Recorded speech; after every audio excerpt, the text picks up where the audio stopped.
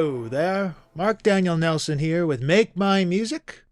Today I have a neat little one plugin that brings me inspiration for drums more than anyone else, but some kind of element where you creatively choose a different ambience or a different drum to enhance the drum.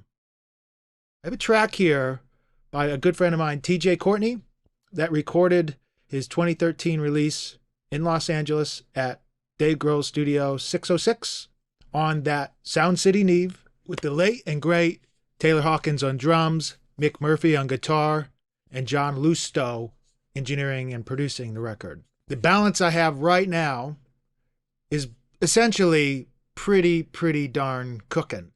But I feel like to be a little more creative and to inspire myself to get a little more enhancement and a little more magic out of it, I'm going to use some triggers that will allow me to create different kinds of ambience and a little more distortion and energy out of the kick and the snare, and possibly even the toms.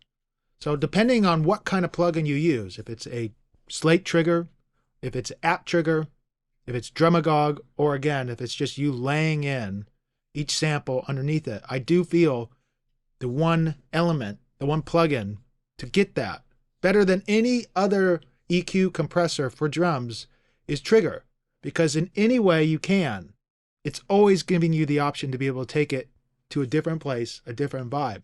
You could literally put a Mick Fleetwood style snare on a super hard rock track if you wanted to. And sometimes you can just use the low pump of that Mick Fleetwood snare on the heavy rock track and then blend it in. I mean, there's so many ways you can go with it, but you can choose rooms, you can choose ambience from rooms that are setting up triggers.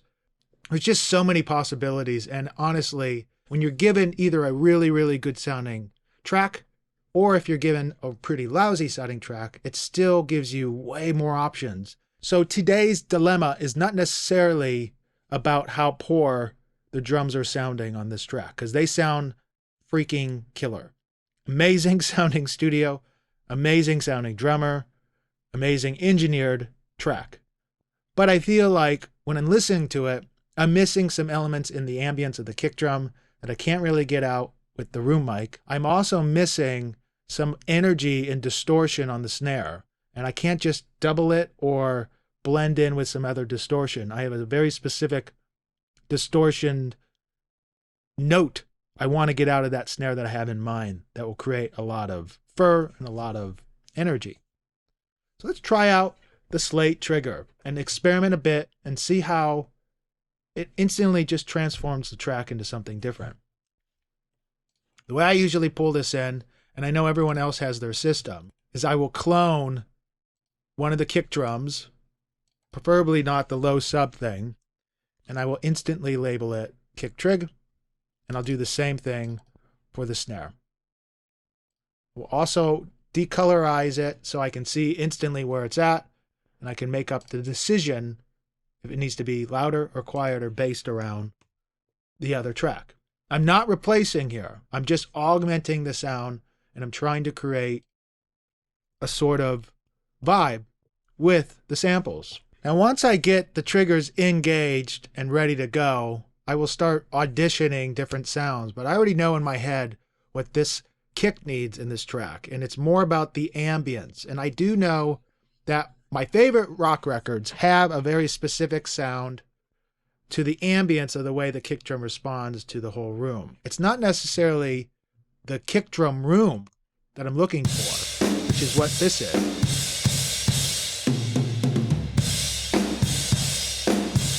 I'm talking more of like a ambience, not reverb, but a very smooth, lush.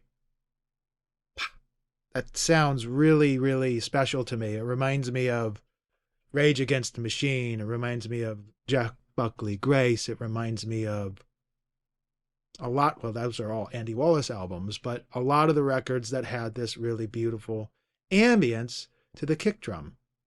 And I think it's special. It even reminds me of the Filter album, the Untitled album.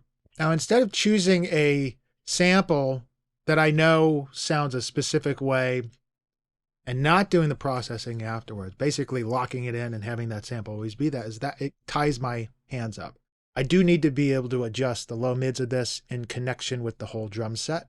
And I also need to be able to adjust the transient response that's behind the way the drum hits.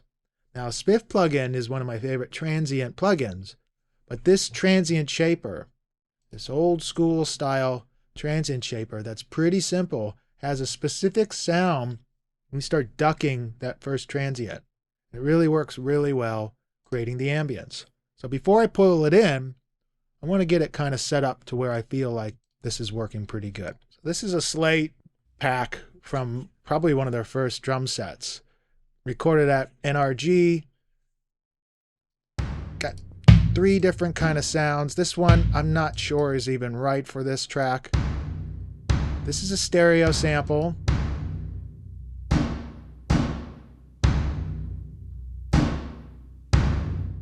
So once I pull in the drum set, all 3 together, 4 plus the sub kick, I want to hear what it sounds like as is and pitch it.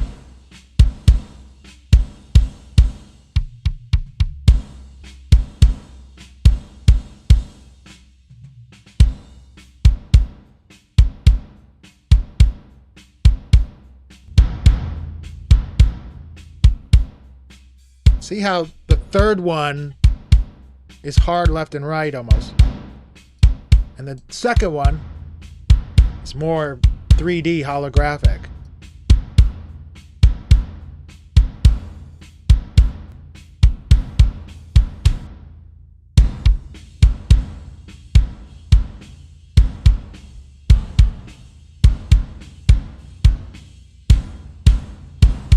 Getting the pitch just right. Once we have that set, I don't want to go back to solo until the whole set is going unless I need to change anything. I want to listen to the kicks together in connection with each other. So I'm going to put a nice little filter on this and only work on the upper lows, mids, and highs.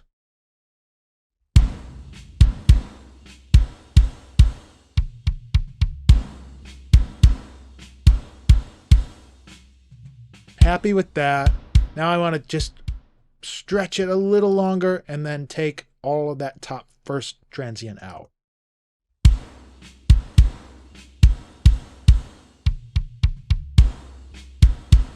If I leave it in without it, you can hear that that first transient in the sample is fighting with the other kick drums. Let's pull in the whole drum set.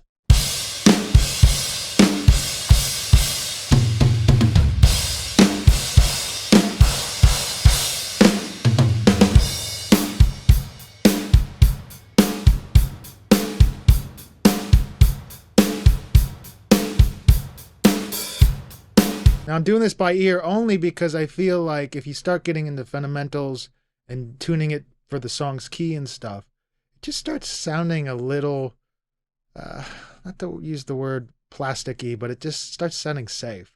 And I like to have stuff be a little out because drums are always about being a little out. It's all part of the sound. Listen to it as a whole.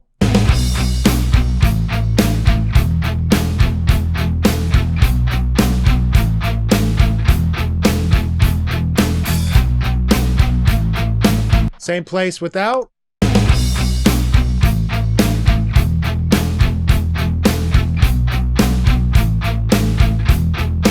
Back in.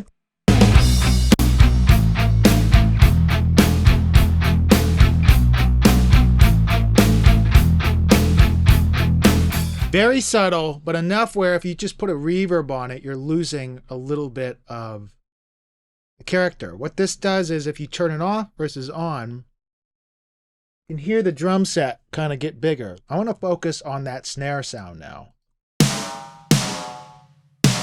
This is a Billy Decker snare that has a massive amount of distortion and almost like flatlining.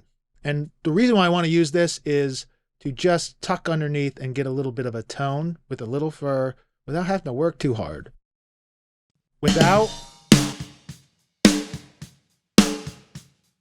with.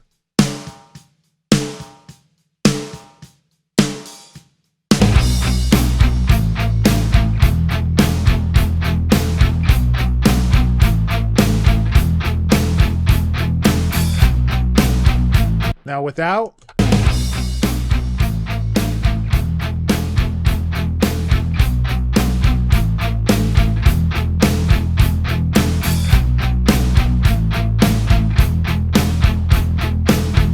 Just taking it a little more into the danger zone, a little more fuzzy without adding too much aggression and compression on the snare drum itself.